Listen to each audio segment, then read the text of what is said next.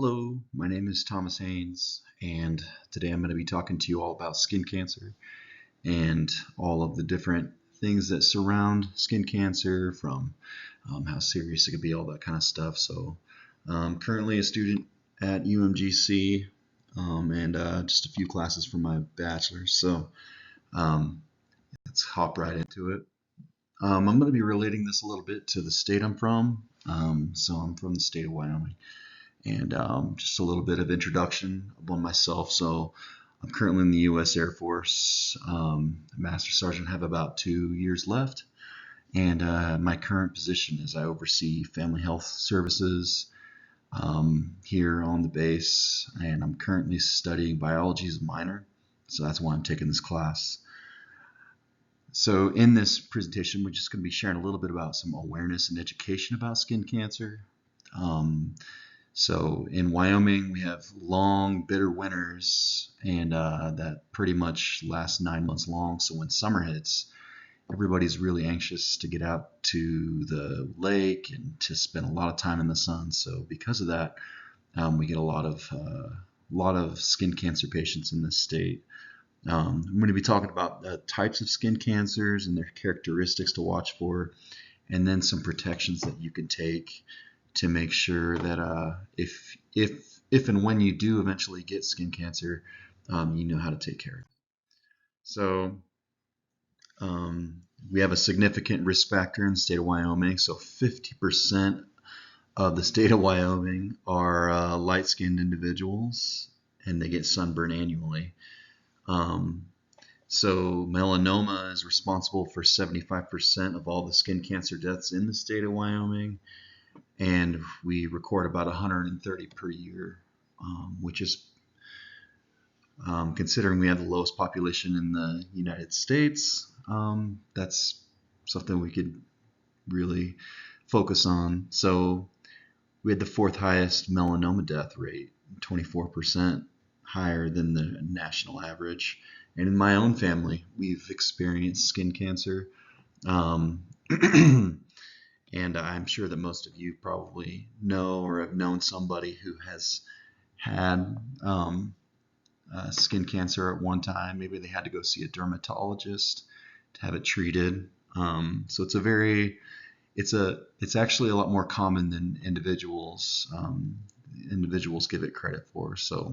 Um, so what is skin cancer? So skin cancer, as you see, from the Skin Cancer Foundation, it's the out of control growth of abnormal cells in the epidermis, the outermost layer of the skin, as you guys can see there on the right hand side, caused by unrepaired DNA damage that triggers mutations. So that DNA damage is caused by ultraviolet light that interacts with our skin, the epidermis layer, and causes these mutations, as you can see here on the right hand side. And there's three types. There's squamous cell, basal cell, and melanoma. And I love this graphic because it gives you a really good idea of the different types of cells there on the top left. So the squamous cells, they're shaped a specific way. And then you have the basal cells there that make up almost between the dermis and the epidermis. And then we have the melanocytes. And then the melanocytes are responsible for the pigmentation of our skin. So when you go out into the sun and you get a sunburn, or your skin gets tan, that is a direct reflection of the reaction of melanocytes having to change themselves to react to that exposure to those UV rays. And if you do it enough and too often, it can cause mutations, as you can see there in the bottom right. So very, very interesting. So squamous cell carcinoma. I know my grandfather had squamous cell carcinoma. His dad had it. They lived in Northern California and they worked outside a lot. So It's typically found in the facial regions or on your arms, like on your forearms, just spots on your skin that are always subject to sunlight. But it develops in the epidermis, so in the middle and outer layers of the skin. However, squamous cells are very slow growing, and because of that, it makes the cancer less deadly because of the slow metastasization. So, but although they're more common in sun-prone areas, they can appear anywhere on the body. And like the picture seen on the right, they're they typically present as like a firm nodule or like a new sore that does not heal, something of that nature. So basal cell carcinomas. So these are the most common form of skin cancer in the world. There's 3.6 million cases per year in the United States, and they are also very slow growing, and they're very treatable.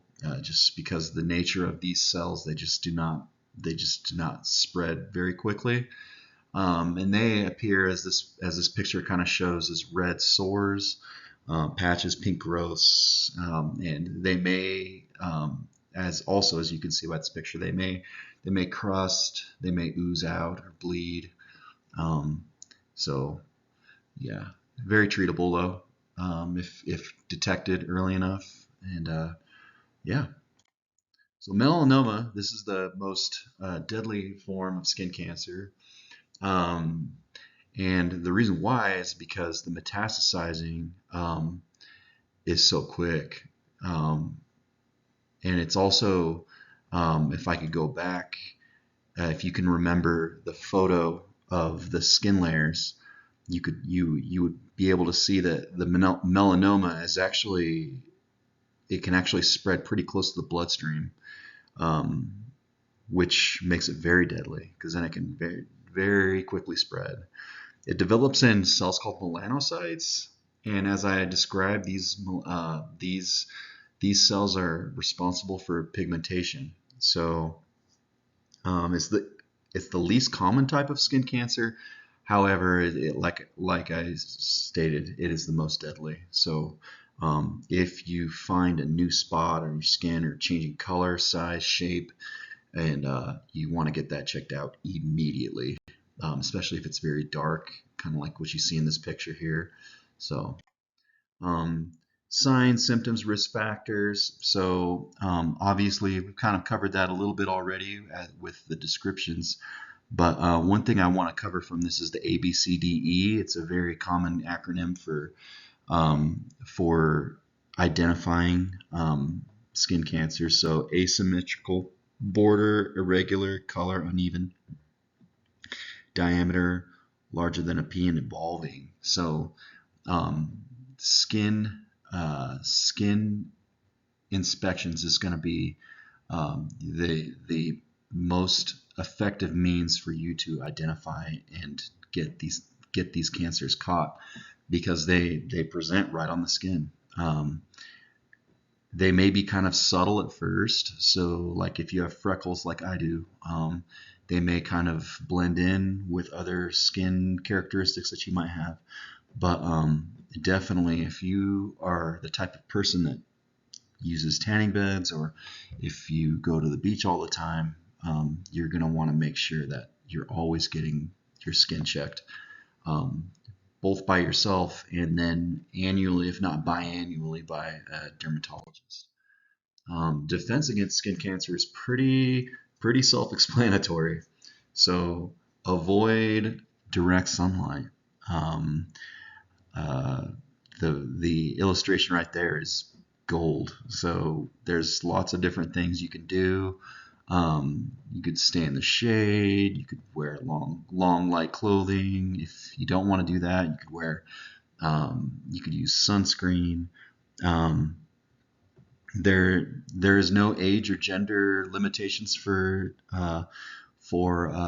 cancer, and however, ethnicity it is more common in light-skinned individuals, about a 35 to 45% chance.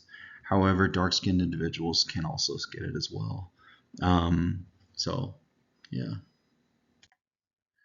So in conclusion, I know as Wyoming residents, um, I know we're super anxious to get out and enjoy the long weather. There's a beach lake about an hour north of our house that just gets full of individuals that are just out enjoying the sun.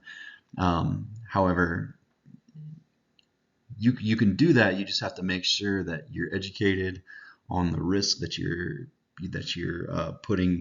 putting your skin at by doing so, and not um, following the proper precautions. So, and if you do that, remember skin checks weekly. Um, and if you detect any of those A, B, C, D, E abnormalities, get yourself checked. Um, that's all that I've got, and thank you very much.